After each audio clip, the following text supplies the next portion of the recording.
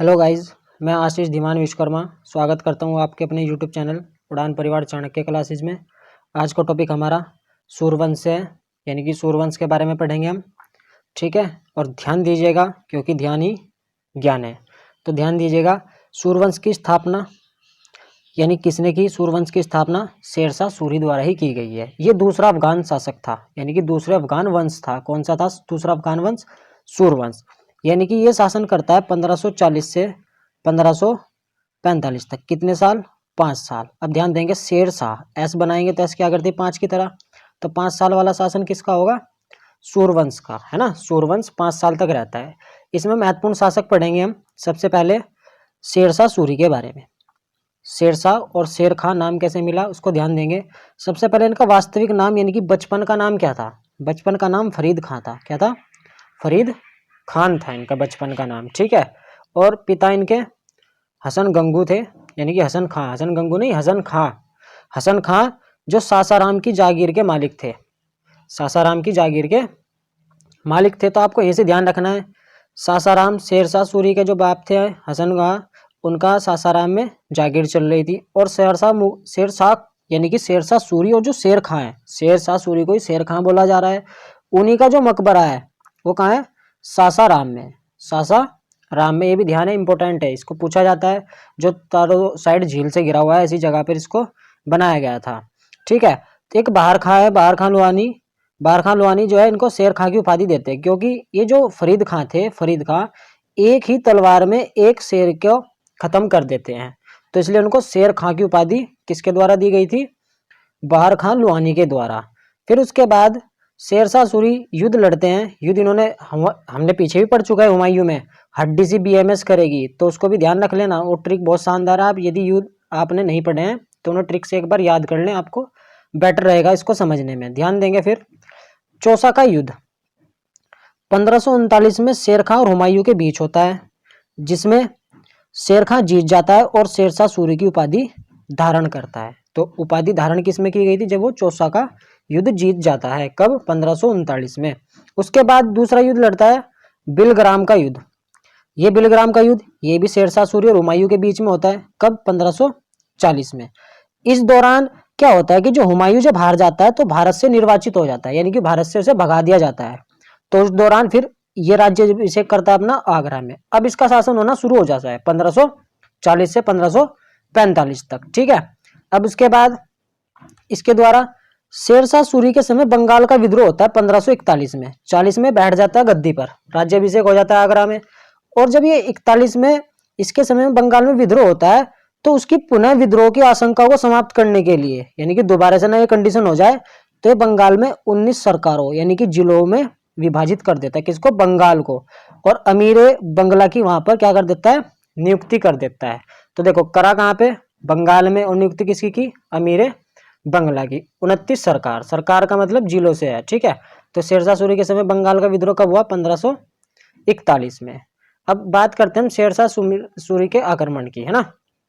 शेरशाह सूरी यानी कि शेर खां का आक्रमण करता है 1542 में मालवा यानी कि एमपी में, जहां का शासक कौन है? कादिर शाह है।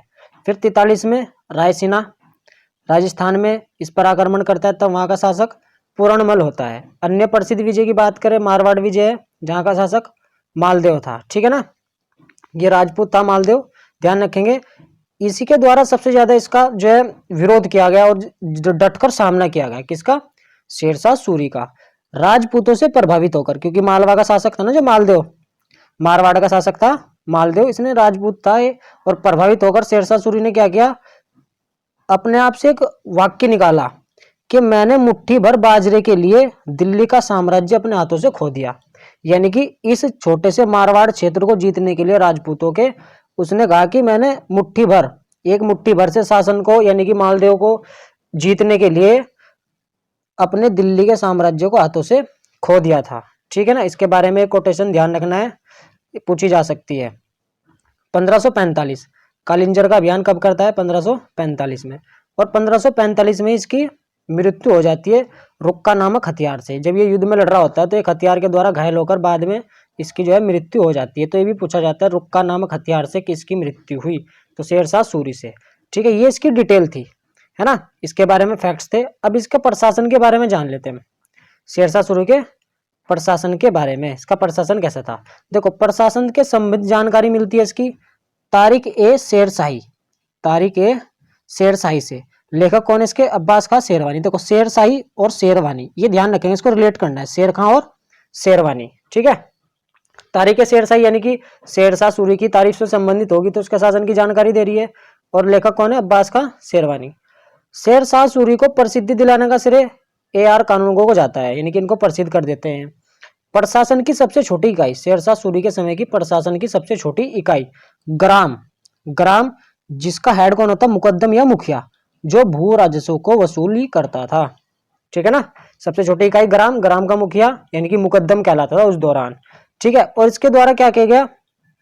इसके द्वारा अपने साम्राज्य का विभाजन किया गया। कैसे किया गया? कि संपूर्ण प्रांत को इसने सरकार या जिलों में बांटा, जिनकी संख्या कितनी थी? 66, जिसे बोला गया सिकदार ए सिकदरान, है ना। सरकार या जिले का जो अधिकारी होता था सिकदार या सिकदरान होता था। सरकार को परगनों में डिवाइड किया, परगने का अधिकारी क्या कहलाता था? सिकदार। परगने प्रांत में डिवाइड हुए, प्रांतों में, प्रांत को सूबा भी बोला जाता था या प्रांतपति, है ना। प्रांत का अधिकारी प्रांतपति बोला जाता है। यदि उसे सूबा बोल रहे हैं तो उसका अधिकारी क्या कहलाएगा? सूबेदार। तो ये ध्यान रहेगा आपको, संपूर्ण प्रांत, सरकार, परगने, प्रांत, ठीक है ना।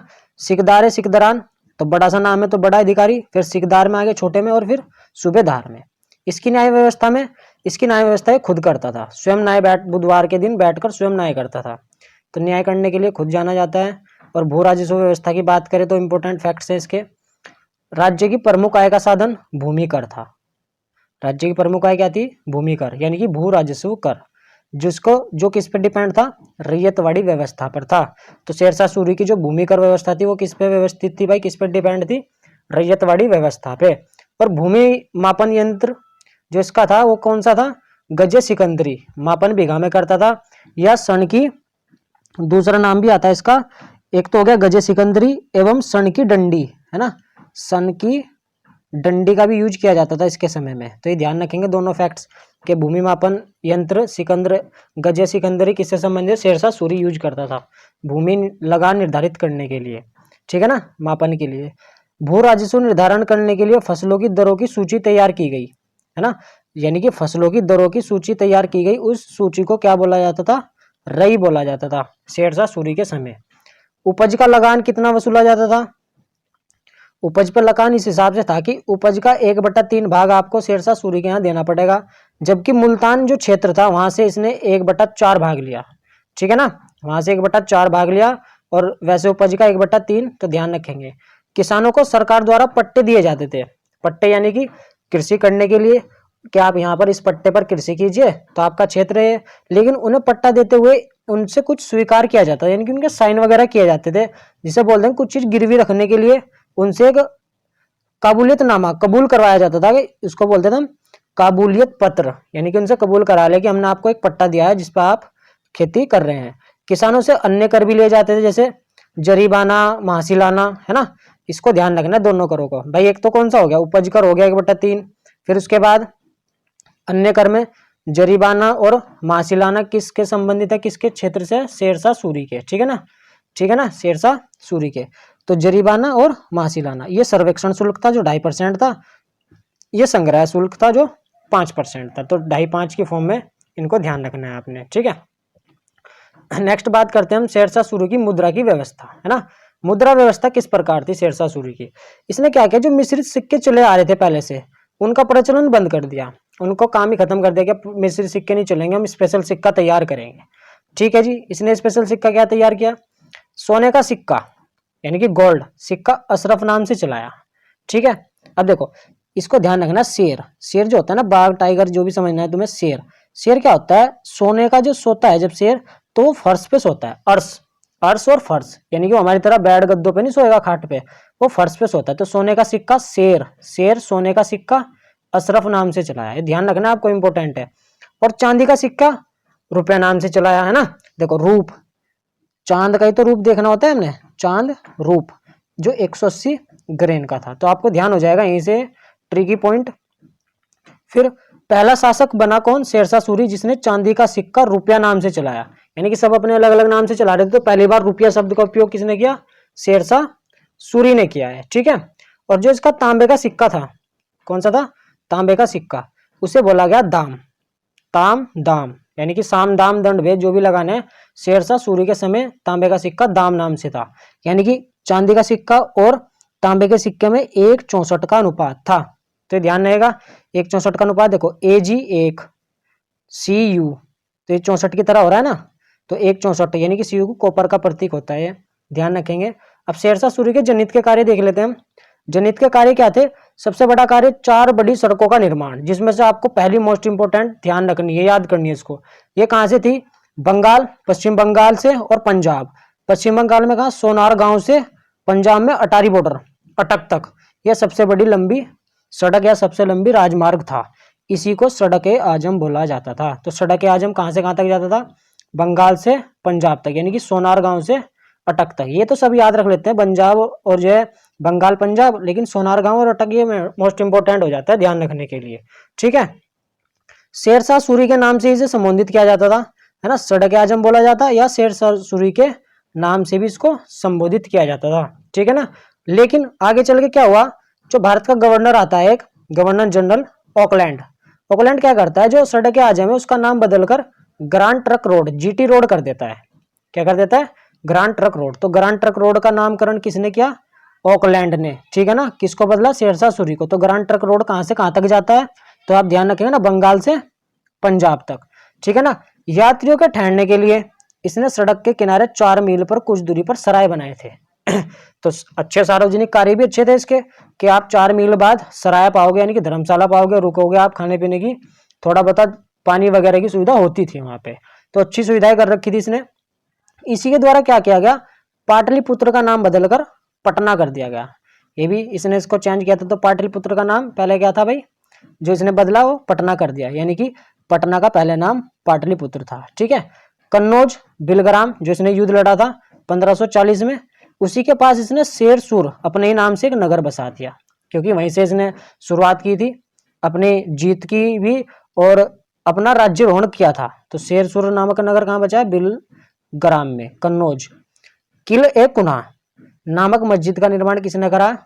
शेरशाह सूरी द्वारा कराया गया था। तो ये जो किला-ए-कुना है ये भाई कहाँ था? ये तुम्हारा जो है इसमें पड़ता है रोहतासगढ़ के किले में, है ना। किला-ए-कुना रोहतासगढ़ किला, दिल्ली। किला-ए-कुना दिल्ली में है और रोहतासगढ़ का किला भी इसी ने निर्माण कराया था। ठीक है। तो आई होप आपको ये जानकारी अच्छी लगी होगी, और वीडियो यदि आपको अच्छी लगी हो तो प्लीज़ लाइक ज़रूर करें और कमेंट करके हमें बताएं।